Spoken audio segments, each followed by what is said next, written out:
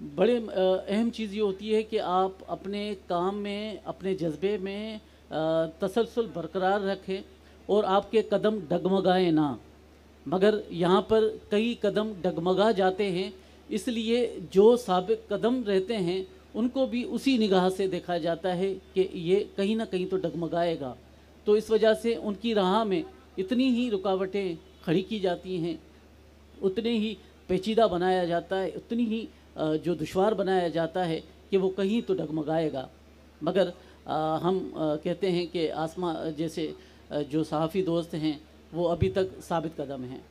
تو ایکچولی اس پر تو ہم آئیں گے، ظاہر ہے، کیونکہ اسما کی کہانی اسما کی ہی زبانی سنیں گے ہم، اور لیکن یہ جو میں کوسچن کر رہی ہوں کتاب کے بارے میں، یہ جو کہانی بڑے گھر کا کتاب ہے، اس میں کہانی بڑے گھر کی تو ہے، لیکن یہ جو بڑا گھر ہے آخر کب تک پاکستان کا ایسا حشر کرتا رہے گا؟ دیکھیں، یہ تو اس ملک کے عوام نے طے کرنا ہے کہ یہ جو بڑے گھر کے مکین ہیں یہ کب تک اس گھر پہ اور قبضہ برقرار رکھے ہوئے ہوں گے، کیونکہ وہ خود سے تو یہ قبضہ چھوڑنے کے لیے تیار نہیں ہیں۔ آسما نے جو یہ کتاب لکھا ہے بیسیکلی تو یہ 4 سال کا جو گزشتہ دور حکومت ہے اس کے اوپر محیط ہے، اور اس میں 2 کردار تو پرانے ہیں، ایک بڑا گھر اور دوسرا شاہ دلے کے چوہے، لیکن اس میں انہوں نے ایک تیسرا اضافہ کیا ہے، وہ کی بورڈ واریئرز کا، اور اس ملک میں جو اصل واریئرز ہیں اس سے زیادہ جو ہم بھگت رہے ہیں وہ ان کی بورڈ واریئرز کو بھگت رہے ہیں، اور اس کا آغاز بنیادی طور پر 2014 سے شروع ہوا تھا، جب ہائبرڈ انفارمیشن کا ایک پورا پلان بنایا گیا اور یہاں پر اس کو لاگو کیا گیا، اور پھر وہ ان گزشتہ 4 سالوں میں اس بڑے گھر کی سرپرستی میں اس کو 5th جنریشن وار کے نام پر ایک گوریلے پیدا کیے گئے، اور وہ گوریلے جو ہیں وہ انہوں نے اس ملک کو، اس ملک کے عوام کو، خواتین کو، بچوں کو، بوڑھوں کو، نظریوں کو، سرحدوں کو، ادب کو، شاعری کو، سب کو انہوں نے فتح اور روندنا شروع کر دیا۔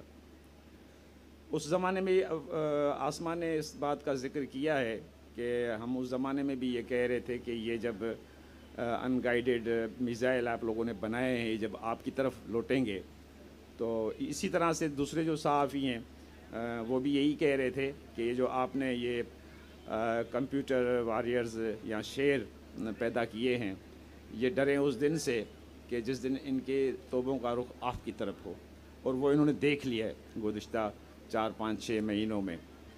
اس ملک کے جو ادیب ہیں، شاعر ہیں، صحافی ہیں، وہ تو پہلے دن سے اس پورے اسٹیٹس کو کے خلاف، اسٹیبلشمنٹ کا جو رویہ ہے اس کے خلاف جدوجہد کرتے رہے ہیں، اور وہ اس وقت تک جاری رہے گی جب تک وہ اپنی منزل مقصود نہیں پاتے ہیں۔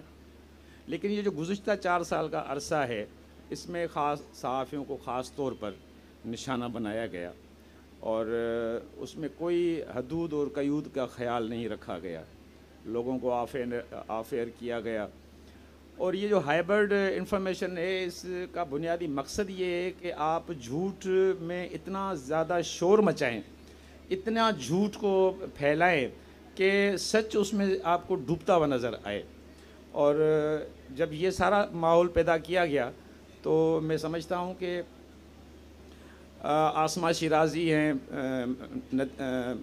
نصرت جاوید ہیں، طلعت حسین ہیں، نذیر لغاری صاحب ہیں، ہمارے سینئر ہیں، یہ انگلیوں پہ گننے جتنے لوگ ہیں، انگلیاں بچ جائیں گی لیکن نام ختم ہو جائیں گے، جو ثابت قدمی کے ساتھ اپنے پروفیشن کے ساتھ، اپنے سماج کے ساتھ، اپنے ملک کے ساتھ جڑے رہے اور ان کے لیے آواز اٹھاتے رہے، اور ان کو اس میں ظاہر ہے کہ بہت نامساعد حالات کا سامنا بھی کرنا پڑا، لیکن سچ کبھی بھی جھٹلایا نہیں جا سکتا ہے، سچ ہمیشہ آپ اس کو دبا سکتے ہیں وقتی طور پر، لیکن وہ جھٹلایا نہیں جا سکتا، وہ دفن نہیں ہو سکتا۔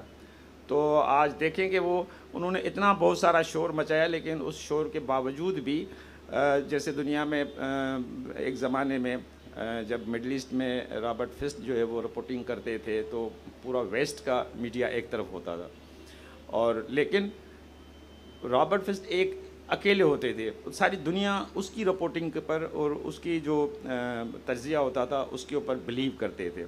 تو اسی طرح سے یہ چند لوگ ہیں ہمارے سماج میں، اب چونکہ ویسے تو بہت سارے لوگ ہیں پرنٹ میڈیا میں، لیکن چونکہ اب الیکٹرانک میڈیا زیادہ دیکھا جاتا ہے، سنا جاتا ہے، تو اس لیے یہ جو لوگ ہیں دو چار، انہوں نے اپنی ایک آپ مزاحمت سمجھ لیں کہ انہوں نے اپنی جدوجہد اپنے پروفیشن کے ساتھ ایک کمٹمنٹ اس کو برقرار رکھا، اور اس کے لیے ظاہر ہے کہ یہ قابل تحسین ہے۔ لیکن کتنی کوشش کی گئی ہے ان لوگوں کے کردار کو ملائن کرنے کی، لیکن ظاہر ہے سچ تو سچ ہے اور اس کو رہنا ہے۔ نذیر لغاری صاحب، یہی سیم کوسچن کہ جرنلسٹوں کے لیے پاکستان اب بہت خطرناک ملک ہے دنیا میں۔ ہم دیکھ رہے ہیں ابھی ریسنٹلی ایک بہت بڑے جرنلسٹ کو جو ہے وہ قتل کیا گیا ہے، پتہ نہیں اس کے پیچھے کیا اسٹوری ہے، وی آر اسٹل ویٹنگ۔ تو اتنے خطرناک ملک میں کس طریقے سے ایسی کتابیں آتی ہیں؟ اگر ہم اپنی زندگی کی فکر کرتے ہیں تو کتنی دیر اور جی پائیں گے، اور ہمیں کیا زندگی میں حاصل کرنا ہے۔ ٹھیک ہے، میں چاہوں گا کہ جو لوگ اپنا کام کر رہے ہیں اور کرتے رہے ہیں انہیں بھی اپنا کام جاری رکھنا چاہیے۔ ہمیں زیادہ فکر کرنی چاہیے، ریاض کی زیادہ فکر کرنی چاہیے کہ یہ تو ایک بڑے شاندار طریقے سے اپنی اننگ کھیل رہے ہیں اور بڑی خوبصورتی سے کھیل رہے ہیں۔ اپنے نوجوان ساتھیوں کے بارے میں ضرور فکر کرنی چاہیے، لیکن ہماری سوسائٹی میں کون ہے جو محفوظ ہے؟ کیا ایک عام آدمی محفوظ ہے؟ کیا ایک کامن مین کسی بھی ادارے کی دسترس سے محفوظ ہے؟ کیا وہ شخص جو جینا چاہتا ہے وہ جی پا رہا ہے؟ اس کو زندگی دی جا رہی ہے؟ ہم بات کر رہے ہیں کتاب کی اور اسما کی۔ اسما نے ان چیزوں کو موضوع بنایا ہے۔ ایک پاکستان کے مسائل کیا ہیں؟ پاکستان اگر ایک آئینے کے طور پر دیکھنا ہو کہ پچھلے 4 سال میں پاکستان کا آئینہ کیا ہے، پاکستان کو آپ نے دیکھنا ہے اور پاکستان کے بارے میں ایک فلم چلانی ہے، تو آپ دیکھیں تو یہ جو کالم ہیں 2018 سے اب تک کے جو لکھے ہوئے کالم ہیں، ان کالموں سے آپ پاکستان کو دیکھ سکتے ہیں۔ اور اب ایک نقطہ نظر بھی اسٹیبلش ہوتا ہے کہ جو لوگوں کے ساتھ ہیں، ہائبرڈ ریجیم کے ساتھ نہیں کھڑے ہیں، وہ طاقتور کے ساتھ نہیں کھڑے ہیں، وہ جو دادا گیر ہیں ان کے ساتھ نہیں کھڑے ہیں، جو بدماشی کرتے ہیں ان کے ساتھ نہیں کھڑے ہیں۔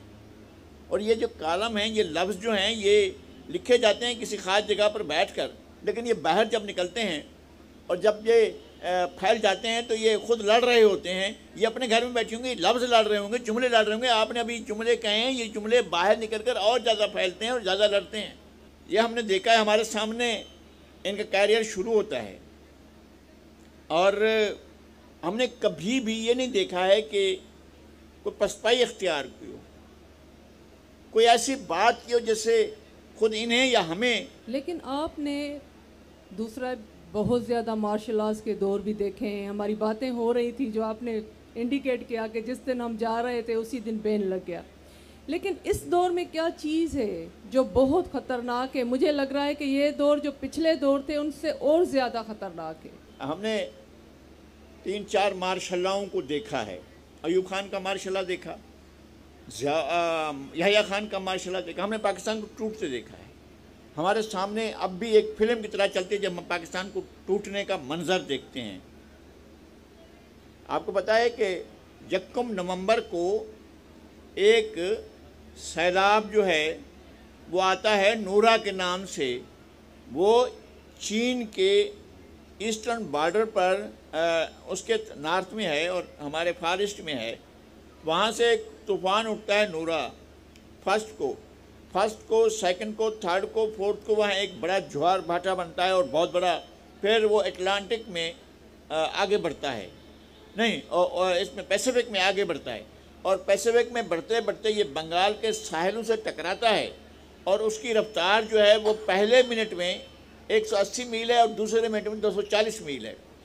اور وہ پہلے ابتدائی چند منٹوں کے اندر وہ پورے بنگال کو راؤنڈ ڈالتا ہے اور 2-3 دنوں کے اندر اندر جو ہے 5 لاکھ آدمی مر جاتے ہیں. یہ فیگرز ہیں نا, جی ہم اسی وقت یہ ہمارے سامنے ہو رہا ہے. اور 9 تاریخ تک 8-9 تاریخ تک تباہی پھیل چکی ہے. جب زور ٹوٹتا ہے اس کا طوفان کا, تب بھی بنگال میں کوئی جگہ ایسی نہیں ہے جہاں خشکی رہے گی, وہ پھیلا ہوا ہے. اگلے دن مولانا بھاشانی کہتے ہیں کہ جناب آپ الیکشن ملتوی کر دیں, اور یہ ہمارے لوگ برباد ہو چکے ہیں, ہمارے سارے خاندان بکھر گئے ہیں, ہمارے لوگ اپنے گھروں پر نہیں ہیں, آپ الیکشن ملتوی. الیکشن 7 نومبر کو ہونے والے ہیں, اور زور جا کر ٹوٹتا ہے, ختم نہیں ہوتا, زور جا کر ٹوٹتا ہے وہ 8 نومبر کو یا 9 نومبر کو.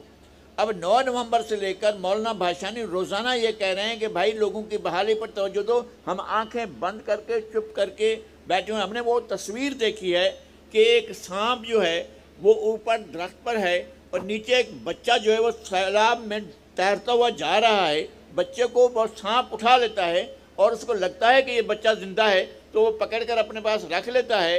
اور جب بچے کو تلاش کرنے والے بعد میں آتے ہیں تو سانپ آہستہ آہستہ اس کو ریلیز کرتا ہے, اور بچے کو نیچے والے اٹھا لیتے ہیں. ہم نے وہ تصویر دیکھی کہ کس طرح سے سانپ نے ایک بچے کو بحفاظت اپنے پاس رکھا, اور جب اس کے وارث آئے تو اس کو ریلیز کر کے ان کے حوالے کیا. یہ ہمارے سامنے دیکھا ہوا منظر تھا. تو یہ ہوا جب 5 لاکھ لوگ مرے تھے, تو انہوں نے کہا نہیں ہم تو الیکشن کروائیں گے. یہ طے کر چکے تھے کہ بنگال کو الگ کرنا ہے. یار الگ کرنا ہے تو پھر آپ نے آگے 1 سال کی مشق جو آپ نے کی تھی, جو آپریشن کیا تھا, اور جو آپ نے بے دردی سے لوگوں کو مارا ہے, اور جو وہ کہہ رہا تھا, نیازی کہہ رہا تھا کہ میں ان کی نسل بدل دوں گا. تم نسل بدلنے گئے تھے, اور تم ان کی قسمت بدلنے گئے تھے, نسل بدلنے گئے تھے. تو یہ ہوا ہے اس ملک میں. لیکن جو آپ نے اشارہ کیا ہے, یہ زیادہ خطرناک دور ہے جس دور میں ہم ہیں. یہاں ہمیں پتہ نہیں چلتا ہے, لوگ اس طرح سے مار دی جاتے ہیں پر اسرار طریقے سے. اچھا, میں ایک بات سوچتا ہوں, مجھے بہت تشویش ہوتی ہے. جو بندہ اس دنیا سے چلا گیا اور وہاں بہت مشکوک پر اسرار حالت میں وہاں چلا گیا, اور وہاں جا کر مار دیا گیا, اور ہم نہ تو یہ موضوع ہے اس کا, لیکن بھائی وہ تو اس ہائیبرڈ رجیم کا ایک کمانڈر کے طور پر کام کر رہا تھا نا. وہ عوام کی طرف سے, میں انتہائی معذرت کے ساتھ, میں بہت محبت کرتا ہوں, بہت اچھا ہمارا دوست تھا, ہمارا کولیگ تھا, لیکن یہ ہائیبرڈ رجیم کا آدمی رہا تھا نا. یہ جو لائی گئی تھی رجیم, یہ اس کا وہ فرنٹ مین بنا ہوا تھا, اور ہمیں اس کا دکھ ہے اس کے جانے کا, ہمیں بہت تکلیف ہے, اس کی فیملی کے ساتھ بھی ہمیں اس کا تکلیف ہے. لیکن وہ تھا کہاں پر, کس کیمپ میں تھا؟ ہمیں اس بات کا دکھ ہے کہ یہ اس بات کی پرواہ نہیں کرتے کہ یہ ہمارا خدمت گزار رہا ہے. وہ جس کو بھی چاہتے ہیں, کون ہے, یعنی وہ طریقہ ہوتا تھا باقاعدہ گرفتار کا. شیخ ایاز کو گرفتار کیا, وہ ساہیوال میں جیل میں لے گئے, 5-6 سال جیل میں رہتے تھے, تشدد رہتے تھے, سب کچھ. یہ نہیں ہوتا تھا کہ بھائی لاپتہ کر دیں اور کچلی ہوئی لاش پھینک دیں, کچلی ہوئی لاشیں پھینکیں, اور بھائی 3 سال کے بعد 4 سال کے بعد کہیں جی وہاں اجتماعی قبروں میں جا کر دیکھو, پہچان لو اگر تمہارا بندہ ہے. یہ نہیں تھا اس دور میں. جو بہت رپورٹنگ خطرناک دور ہے, بہت زیادہ. اسی لیے میں اسما سے کچھ زیادہ پوچھنا چاہتی ہوں. اسما نے کتاب میں بار بار لکھا ہے, ریاست تو ماں ہوتی ہے, اور ماں تو اپنے ہر بچے کو سینے سے لگا لیتی ہے. ماں تو یہ بھی نہیں دیکھتی کہ یہ بچہ فرما بردار نہیں ہے, یا یہ بچہ کتنا مجھے یہ کیا کر رہا ہے, یہ کتنا تنگ کر رہا ہے. ریاست تو ماں ہوتی ہے. لیکن یہ کیسی ریاست ہے جو کبھی ماں نہیں بن سکی اور ریاست بھی ہے؟ اس کو ہم کس طریقے سے ماں والا ایٹیٹیوڈ دے سکتے ہیں؟ جی بہت بہت شکریہ ذکیہ اور آپ سب لوگوں کا, اور جو پینلسٹ ہیں ان سب کا شکریہ. اور میں بہت میرے لیے باعث اعزاز بات ہے کہ حیدرآباد کے ایاز میلوں میں مجھ جیسی حقیر کی یہ حقیر سی کاوش جو ہے وہ ڈسکس ہو رہی ہے. اور میرے لیے جو ہے وہ اپنے لیے اپنے بارے میں بات کرنا بہت ہی مشکل, ناممکن, اور مجھے عجیب لگتا ہے فرینکلی. لیکن آپ لوگوں کی محبت ہے تو میں بیٹھی سن رہی ہوں. لیکن میں بڑی مشکور ہوں, نذیر لغائی صاحب, لالا, ریاض صاحب اور نور آپا, آپ خود جن کی محبت اور اتنے اچھے لفظ مجھے سننے کو مل رہے ہیں. مجھے ایسے لگتا ہے کہ 4 سال کی جتنی تپسیا تھی, جتنی مشکل تھی, وہ آسان ہو رہی ہے. اور بے شک ہر مشکل کے بعد آسانی ہے۔ تو ریاست آپ نے سوال کیا، ریاست ماں ہوتی ہے، یہ ریاست ماں ہے، لیکن اس ریاست کی ماں کو محصور کر لیا گیا ہے، اس ریاست کی ماں پہ پہرے بٹھا دیے گئے ہیں، اس ریاست کی ماں کو روز تعزیانے لگائے جاتے ہیں۔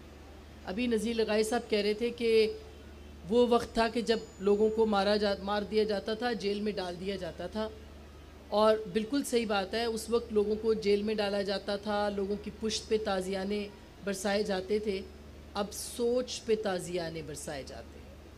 بالکل، یہ آپ کہہ رہی ہیں پچھلے 4 سال جو تھے وہ کیا تھے؟ پچھلے 4 سال میں یہ نہیں کہ کہنے پہ پابندی تھی، سوچنے پہ پابندی تھی۔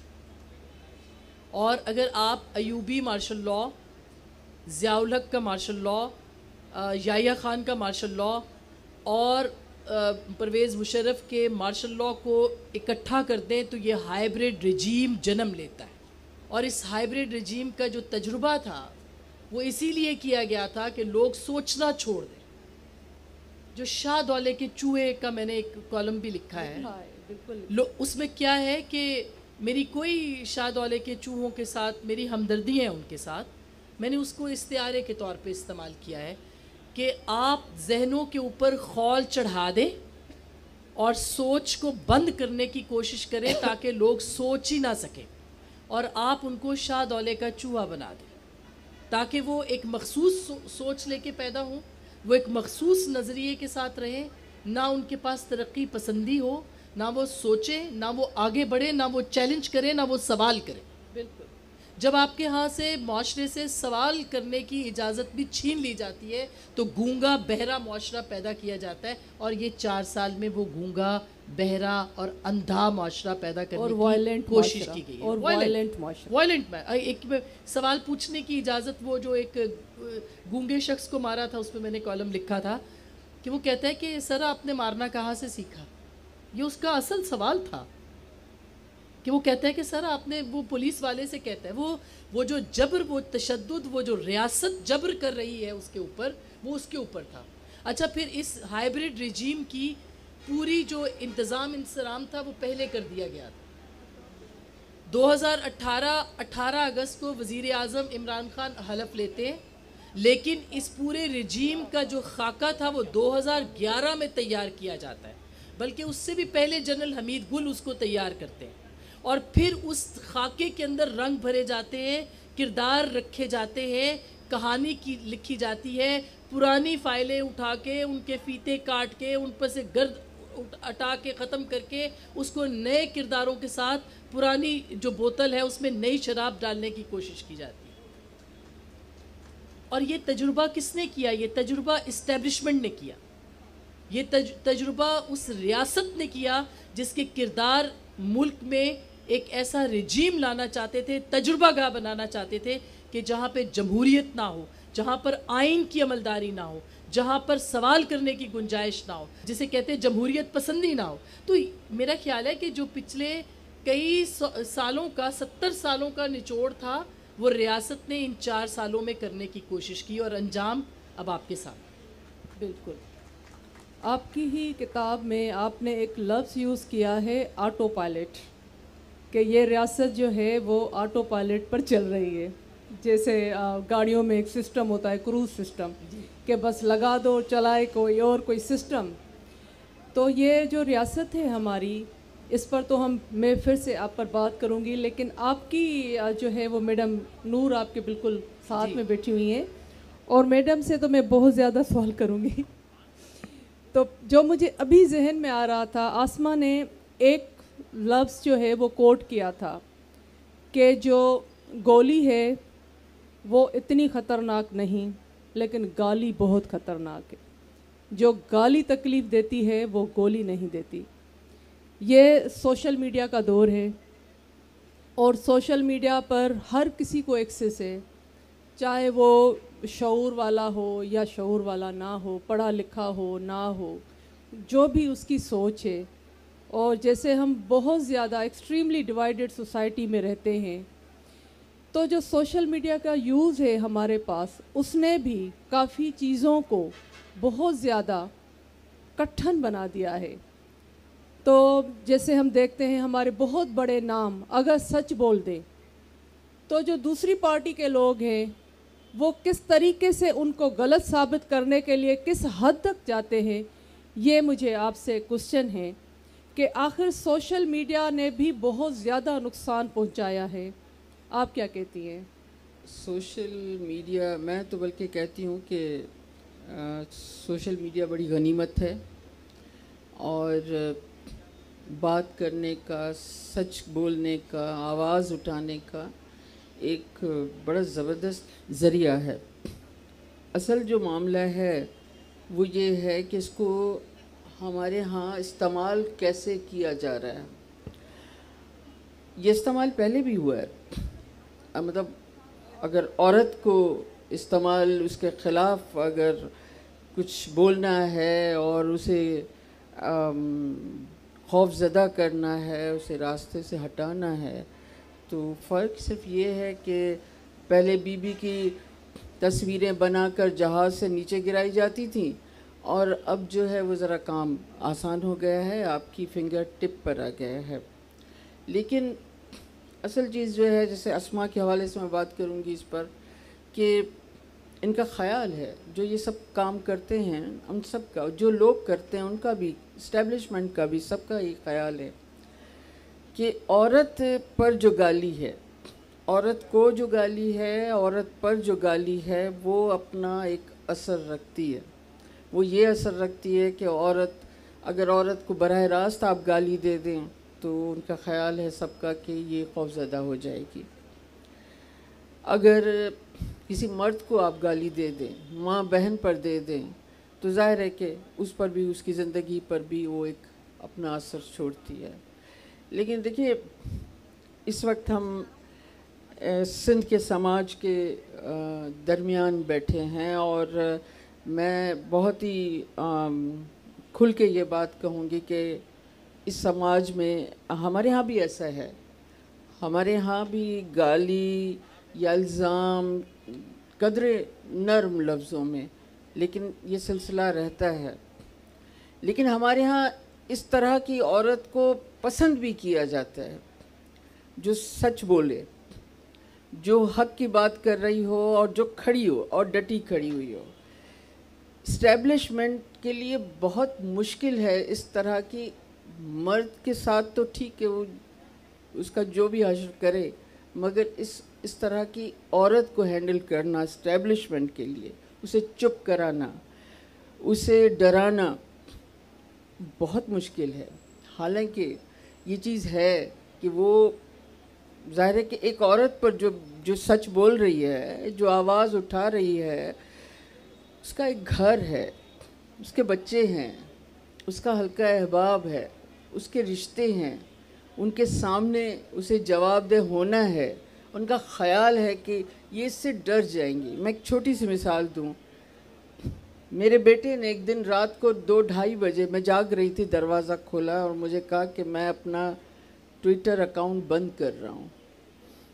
تو میں نے اسے کہا کہ کیا ہوا ہے؟ میں سمجھی اسے کسی نے کچھ کہا ہے، کوئی پرابلم آئی ہے. میں نے کیا ہوا ہے؟ کہنے لگا لوگ آپ کو گالیاں دیتے ہیں اور میں برداشت نہیں کر سکتا، اور میں خود کو جواب دینے سے بڑی مشکل سے روکتا ہوں. میں ہنس پڑی. میں نے اسے کہا تمہاری ماں نے 18 سال کی عمر سے گالیاں سنی ہیں، تم ابھی جو ہے ڈر رہے ہو اور اس اپنے اکاؤنٹ کو بند کر رہے ہو. عورت نہیں ڈرتی ہے، یہ ایسا ہے. لیکن اس وقت سوشل میڈیا کے ذریعے جو چیز دکھائی جا رہی ہے، ہم آپ کے بیڈ رومز تک میں گھس چکے ہیں. جو ہو رہا ہے وہ کسی غلط بندے کے خلاف ہو رہا ہے یا صحیح بندے کے خلاف ہو رہا ہے، اس بات کو چھوڑ ہی دیں. اصل چیز یہ ہے کہ ہم آپ کے بیڈ رومز تک گھسے ہوئے ہیں، ہم آپ کے پرائیویٹ لمحوں تک کو کیچ کر رہے ہیں.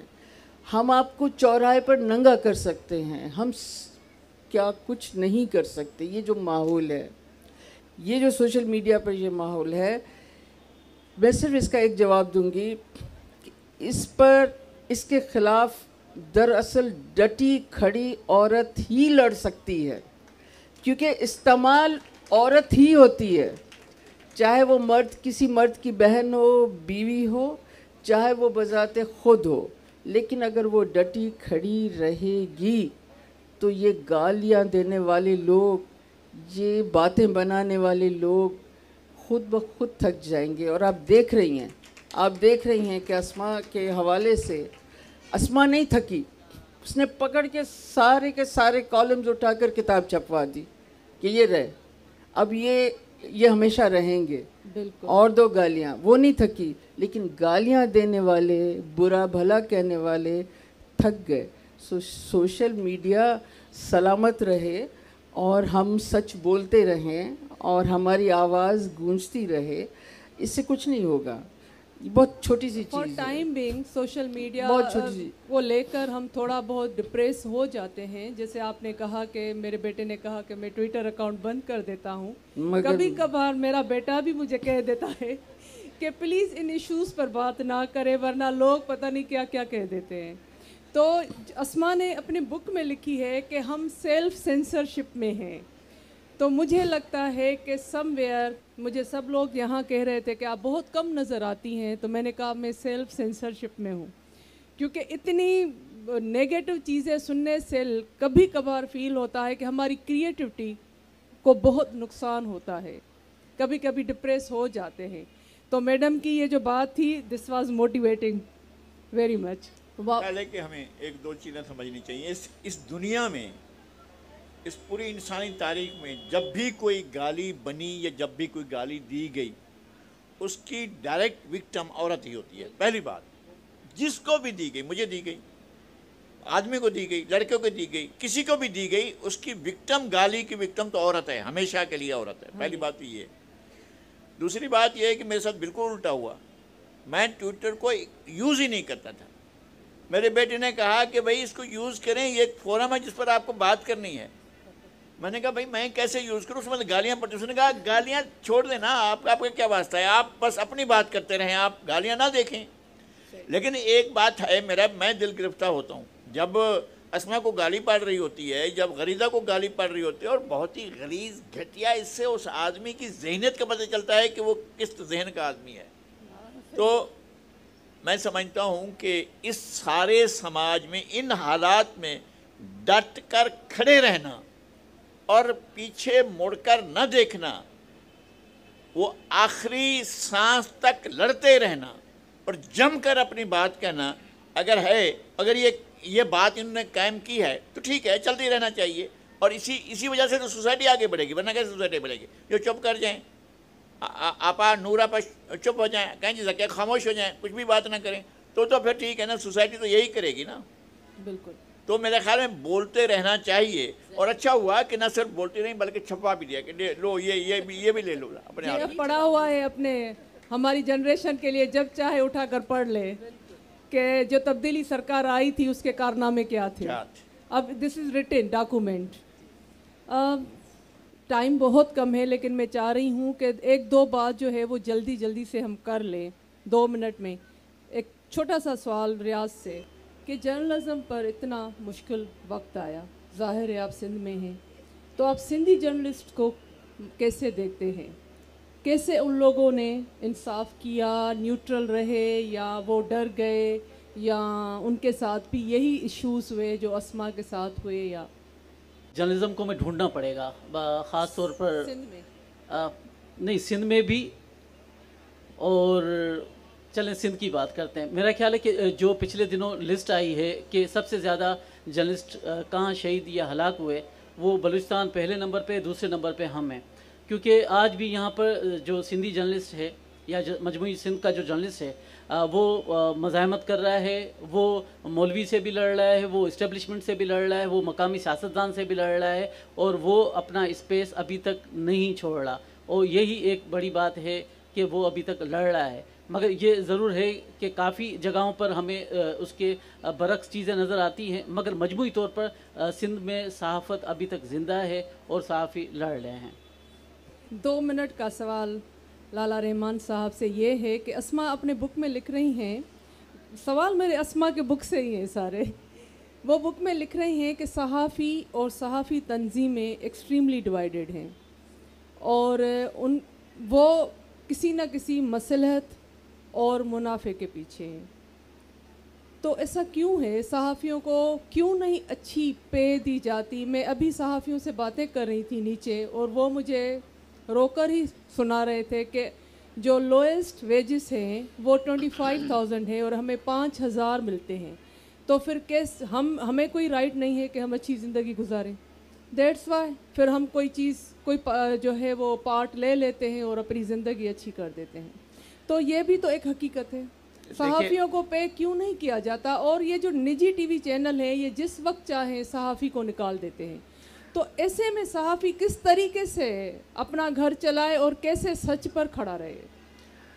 دیکھیں یہ آپ نے ایک ہی وقت میں 2 سوال کر دیے ہیں. عرفانہ کے اشارے آ رہے ہیں کہ وائنڈ اپ. بس میں کوشش کرتا ہوں مختصر جواب دے دوں. ضیاء الحق لوگ کہتے ہیں کہ بھٹو زندہ ہے. میری نظر میں بھٹو نہیں، ضیاء الحق زندہ ہے اس ملک میں، اور ایک سیاہ رات کی صورت میں زندہ ہے. اور ضیاء الحق نے ہی یہاں پر مذہبی انتہا پسندی سے لے کر اور سوسائٹی کو تقسیم کرنے کے جتنے بھی پلان تھے وہ اس نے بنائے تھے. اور وہ تو مر گیا لیکن وہ اپنے آج سے سارے سماج پر چھوڑ گیا. جو اس نے پودا لگایا وہ اب ایک جوان درخت بن چکا ہے. تو صحافیوں کی تنظیم بھی بنیادی طور پر 77 اور 78 کی جو صحافیوں کی ملک گیر تحریک تھی، اس زمانے میں Pakistan federal union of journalist ایک ایسا پلیٹ فارم تھا جس میں پاکستان کے تمام صحافی، چاہے چھوٹے صحافی ہوں، بڑے صحافی ہوں، سینئر ہوں، جونیئر ہوں، سب اس میں موجود تھے. اور انہوں نے ایک بڑی شاندار جدوجہد چلائی تھی جس کے لیے ابھی اگر جو پولیٹیکل اسٹوڈنٹس ہیں، فاضل الرحمان صاحب کی کتاب ہے سب سے بڑی جنگ، اس نے اس پوری تحریک کا احاطہ کیا ہوا ہے. تو اس کے بعد وہ ظاہر ہے کہ تقسیم در تقسیم ہوتی گئی.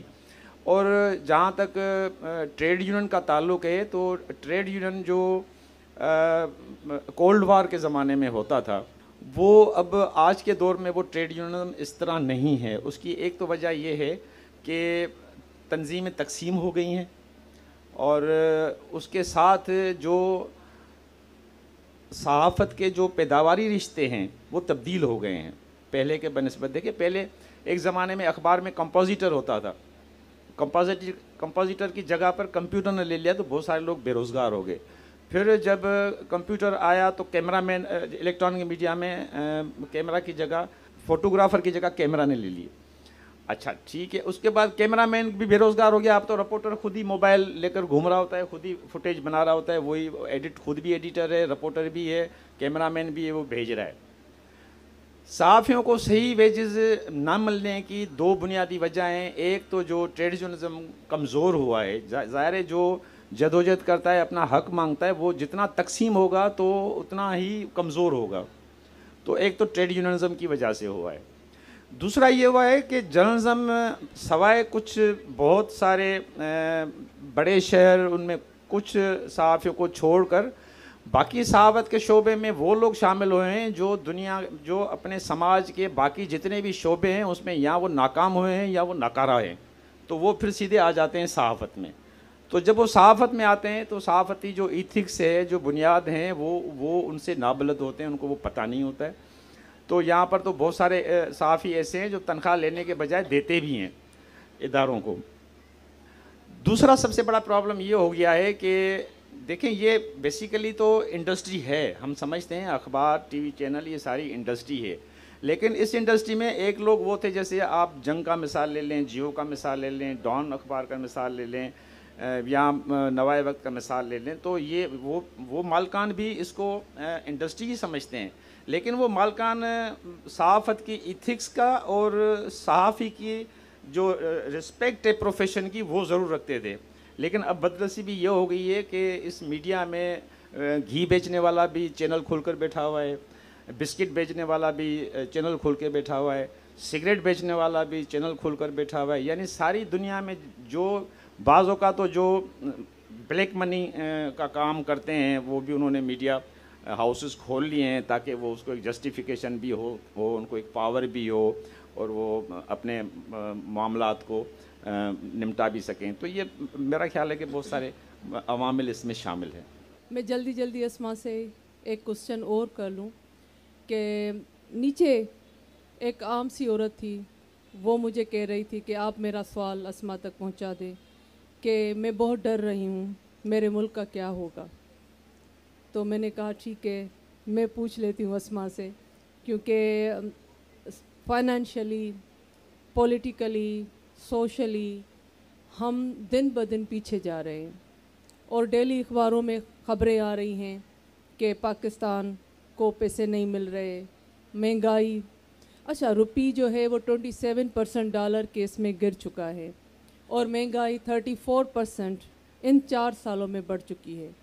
تو ایک عام آدمی کا یہ سوال ہے کہ کیا واقعی یہ بنگال والا ایپیسوڈ رپیٹ ہوگا, ابھی اور کچھ ایسا ہونے والا ہے پاکستان کے ساتھ, یا یمن اور سیریا اور لبنان کی طرح یہ بھی ریاست چلتی رہے گی؟ دیکھیے, میں ہمیشہ سے, ابھی آپ شیخ ایاز کے اس پہ بات کر رہے تھے اور ایاز میلوں میں بیٹھے ہیں. شیخ ایاز کی یہ خوبصورتی تھی اور ہے ان کے کلام کی کہ وہ ایک پوری پکچر پیش کرتے تھے اور آخر میں امید چھوڑ دیتے تھے. تو میں خود اس نظریے کی قائل ہوں کہ بالکل آپ کو امید کا دامن نہیں چھوڑنا چاہیے. بالکل درست بات ہے, بہت برے حالات ہیں, اس میں کوئی دو رائے نہیں ہے. بتانے شروع کرے تو شاید جو ہے وہ وقت کم پڑ جائے. اور دلچسپ بات یہ کہ جو فیصلہ ساز قوتیں تھیں جو بند کمرے میں یہ سب حالات بنا رہی تھیں, پیدا کر رہی تھیں, ان کو اس وقت بھی بتایا جاتا تھا. اور ابھی حال ہی میں ایک بریفنگ ہوئی تو اس میں میں نے تو یہ پوچھا بھی تھا اور یہ بتایا بھی تھا, اور وہاں سے قبول بھی کیا گیا کہ جو تجربہ پاکستان کے ساتھ کیا گیا ہے اس کے ذمہ دار وہ ہے. تو اب بالکل اس میں کوئی دو رائے نہیں ہے کہ بگاڑ ہے, پولرائزیشن ہے, ڈیوائیڈ ہے, تقسیم موجود ہے, مایوسی ہے, معاشی حالات برے ہیں, سماجی حالات برے ہیں, ایک دھول ہے جس میں کسی کا چہرہ بالکل صاف دکھائی نہیں دے رہا, لیکن اس میں آپ بھی ہیں. اس میں وہ جو آخری حد تک کھڑا ہوا نوجوان ہے وہ سب سے بڑی امید ہے. اور یقین کیجئے کہ جب میں 65% یوتھ کو دیکھتی ہوں, یعنی پاکستان دنیا کا میرا خیال ہے واحد ملک ہے جس میں 65 سے 70% نوجوان ہیں, اور کہاں سے 18 سے لے کے 36 سال تک ہے.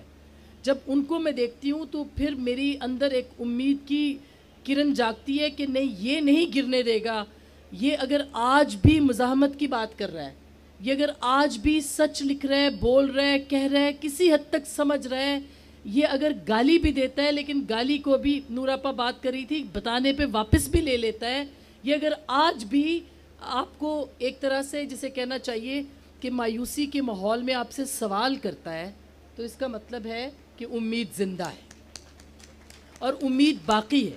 ٹھیک ہے, ایک ہجوم راہبراں ہے, راہبر کوئی نہیں, وقت ازاں ہے اور مؤذن کوئی نہیں, اس میں کوئی شبہ نہیں ہے, لیکن یہ بھانج سرزمین نہیں ہے, یہ یتیم سرزمین نہیں ہے, یہ مٹی زندہ رہتی ہے, یہ مٹی زندہ رہے گی انشاءاللہ, اور اس کے اندر بیٹھنے والے زندہ رہیں گے. اور صرف ایک بات میں کہوں گی, جو جہاں پہ ہے وہ سوال کرنا سیکھے. سقراط صرف یہی کرتا تھا, اس کے پاس کوئی اور ہتھیار نہیں تھا, وہ گلی گلی جاتا تھا, وہ صرف سوال پوچھتا تھا, اس کو سوال پوچھنے کے اوپر زہر کا پیالہ پینا پڑا تھا. تو سوال پوچھیں, سوال وہی پوچھ سکتا ہے جس کو جواب کا اندازہ ہوتا ہے, اور جواب تب آتا ہے جب آپ علم کی راہوں سے گزرتے ہیں. تو میرا خیال ہے کہ بولنا مت روکیے. مجھے لگتا تھا جب میں لکھتی تھی کہ اگر میں بولوں گی نہیں تو مر جاؤں گی, اگر بولوں گی تو مر جاؤں گی, تو میں بول کے مرنا چاہتی ہوں, اور یہ میں بار بار جملہ کہتی ہوں. تو بول کے مر جانا منظوری ہے, خاموش رہ کے چپ رہ کے مر جانا میرا خیال ہے کہ بالکل اس کی منظوری نہیں ہے. بول کے سچ زندہ ہے اب تک, بول جو کچھ کہنا ہے کہہ لے.